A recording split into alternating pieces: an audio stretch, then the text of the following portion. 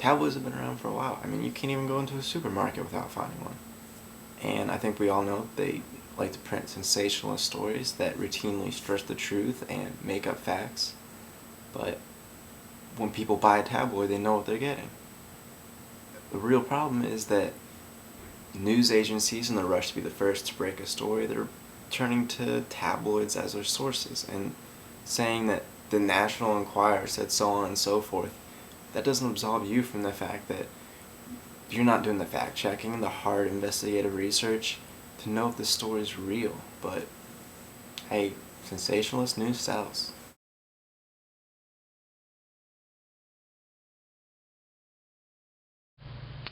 Technology has become so easy to use that many journalists are using it mostly because they're lazy. There's an example of this back in March of this year, 2009. A student at the University College in Dublin, Ireland, did an experiment for his globalization class. He had just heard that a famous Oscar-winning composer, Maurice Jarre, had just died.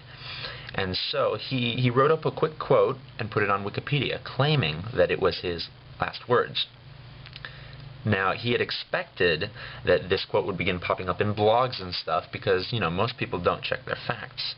But actually, the next day, there were several big-name publications which had posted this quote in their newspaper, and those publications probably would never have figured out that the quote was not true, was not real, if this student hadn't called them several weeks later to let them know.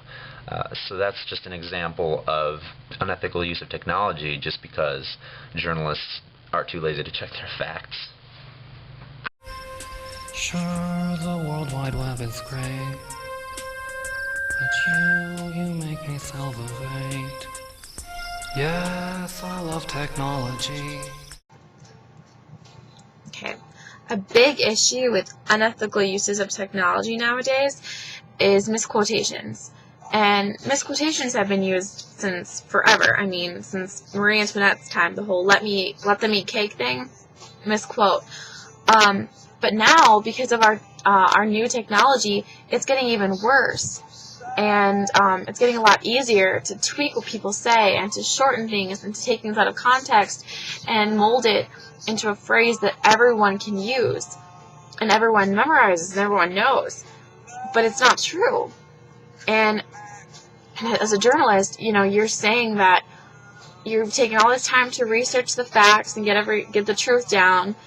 And then if you're misquoting people, you know, what does that say about your reputation? You know, your word of mouth is not valued anymore. And I don't know about you, but for me, I don't want to use misquotations. I don't want to misquote people. It'll just come back to get ya. So word to the wise, don't misquote.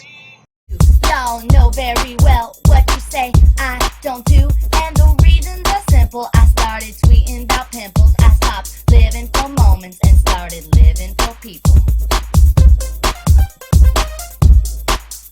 Interviews is a major concern. It can and has been done by many people, ranging from politicians in political ads to commentators on television broadcasts and people who post things online.